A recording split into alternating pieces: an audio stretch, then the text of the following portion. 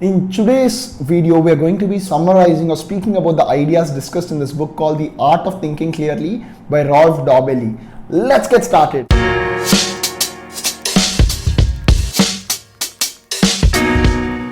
Hey folks, welcome back to my YouTube channel. I'm Praveen Ramesh, and on this channel we summarize, review and speak about non-fiction books that will make you a better person, and I also speak about lessons that I am personally learning by reading these books. I'm also speaking about failures and my journey on being a creator and doing all sorts of things that I enjoy.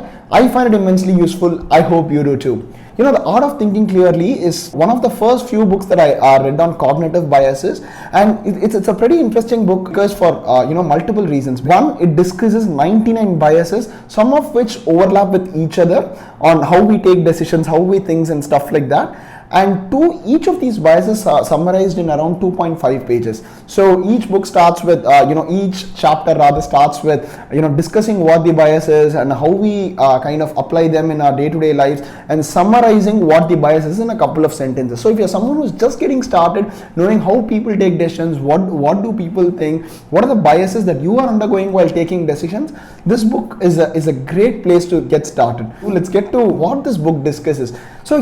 To give you a quick example, so let me give you an example of how often have you felt dissatisfied for not completing all the to-dos in your list, right? So probably once every day, or every night you go to bed, or probably once every month or once every quarter, whatever. Do ensure that you drop them in the comments on how often you feel bad about not completing all the things that you're supposed to be doing in a day. Have you entered? Okay, let's get started then. Most times I catch myself thinking, oh my god, okay, there are 5 items, I probably only checked off 3. Why am I so inefficient and all those things? And this book calls it the planning fallacy, if I'm not wrong. Right, so planning fallacy is one of the most common cognitive biases, where we overestimate the amount of things that we can get done, and we end up being unhappy because of that. So every time now I kind of don't finish any to-do list, I honestly think, am I overestimating my abilities to get things done in a day, or am I just being right on track, or am I being just hard on myself? Knowing these cognitive biases, can you avoid every cognitive bias and take perfect decisions in your life? Absolutely not. What it did to me was kind of help me stay aware about all the biases that influence my decision. So there are certain cases where I still take a decision knowing that I am being biased. It's just that I put a label on it now. Before this, I didn't even know there have been very poor decisions that I've taken. So the author goes on to kind of describe these biases in 2 ways. One is the self-deception bias. That is the kind of bias that we have on ourselves. For example, let's start with status quo bias. Let me give you an example, right? How often have you continued in a job or a relationship, or continued doing something just because you feared some change, right? So the author defines this as, we prefer the things to stay the same, and change is mostly seen as a negative thing. So that's what the status quo bias tells us. Which brings us to the next one about extrapolation error. So we love to find patterns in the short term and take long-term decisions based on that. For example, I caught myself taking a lot of the decisions on stock markets and financial decisions based on 1 month or 2 month trends that I saw, right? So this is the extrapolation error that we most probably keep doing, because I want to invest in a particular stock. I see that for the first 2 or 3 months, and based on that short-term trend, I've made my decided to go all in on a particular stock. So that is a classic extrapolation error, where I haven't considered all the factors across multiple years, how the economy was and things like that. Which brings us to the third bias that comes in the self-deception bias, called the confirmation bias. So what is a confirmation bias? We want to see what we want to confirm, or in the words of Warren Buffett, one of my favorite thinkers of the modern times, what we do best is interpreting all new information so that the prior conclusions always remain intact, right? So this is something that I find myself doing, especially on things that I strongly believe in. Let's say, be it a sports team that I support, be it a movie that I really like, or be it a person that I really like, anything and everything, I keep finding data points, or a decision that I've taken in my life, I always keep finding data points to ensure that I feel good about it. But if I have to objectively look at it, or think like a scientist about the pros and cons of every decision, or look at things from a different lens, probably that decision might not make sense objectively. But here we are, always finding data points to ensure that what confirms our worldview, right? So I find myself often catching myself in this situation. And the fourth and the final one, if I'm not wrong, is the self-serving bias. So self-serving bias basically states that all our success is accredited to only us and all our failures are very, very situational, right? So in simpler words, we always think we attribute a lot more to ourselves, to all the success that we have had in our life, and all the failures to someone else, or situational, or environmental reasons on why we didn't succeed. And I, for one, always I think very highly of myself that okay, whatever success I'm seeing today, we fail to acknowledge that luck plays a big factor. There are other people who help you get where you are and all those kind of things, and rather so it helps you see both success and failure from a more objective point of view. So these are the more self-deception biases. Again, as I said, there are multiple biases that that have been discussed by Rolf Dobelli, but I have picked the 3 or 4 that resonated with me. Now let's move on to the social proof deception bias.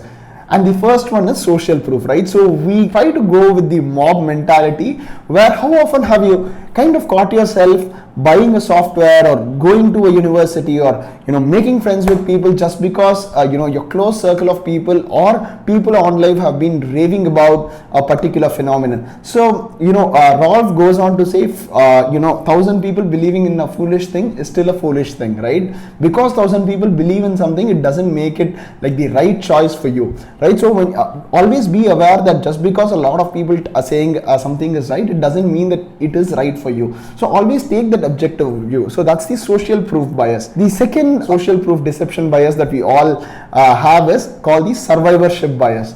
What is a survivorship bias? So behind every successful person or people, there is a graveyard of people who didn't succeed, right? So imagine all the failed businesses. Let's take a startup is a good example for this. Let's say you traveled across the city and you had let's say a lamppost for every startup that failed in, let's say, the valley. You would probably never start up, but what we see are the companies that are extremely successful. So we always keep thinking that I can also be successful, but behind every successful startup there are 100 other startups or ideas that didn't fly. If we had to visually represent them, or if we could visually see those failures, probably we will never take a lot of decisions that we take. It's the same for my YouTube journey as well, right? So I have seen only the successful ones who have been banging out for years and who are making crazy loads of money. So I'm thinking probably I could emulate that, right? But for every successful YouTuber, there are hundreds of others who have failed in their journey. If we kind of were able to visually see those people, probably all of us would never do what we are doing. So always think about, when you're trying to emulate such kind of decisions, always think, are you optimizing for a survivorship bias? Which brings us to the third bias, which is called the outcome bias. Emulating someone who's been extremely successful, discounting the part that luck has played in their journey. So this is one of my favorite one, right? So let's say you saw your favorite footballer or your favorite golfer or tennis star or a cricket star, and seeing them you wanted to be a cricketer. Or again, let's take the entrepreneurship example. You're really inspired by someone and you want to really start up, and you do everything that they do publicly, right? So let's say you emulate whatever your favorite cricketer or your favorite sports person does in a public. You emulate whatever your favorite startup founder does. But what we fail to acknowledge is credits to them for the work that they have put, but luck has played a huge part in their journey. And that's something that we can increase our luck surface area by consistently trying, but we cannot discount the fact that luck has played a huge part in their journey. So just because you're emulating someone's journey, it doesn't guarantee that you will emulate all the results that they have kind of inherited or they have had. You have to account for the fact that luck has played a huge part, and once you kind of internalize it and keep trying, probably you'll be much kinder to yourself. So that's the third one. And the fourth one is group thinking, which is a favorite one of mine. This is kind of like having an echo chamber.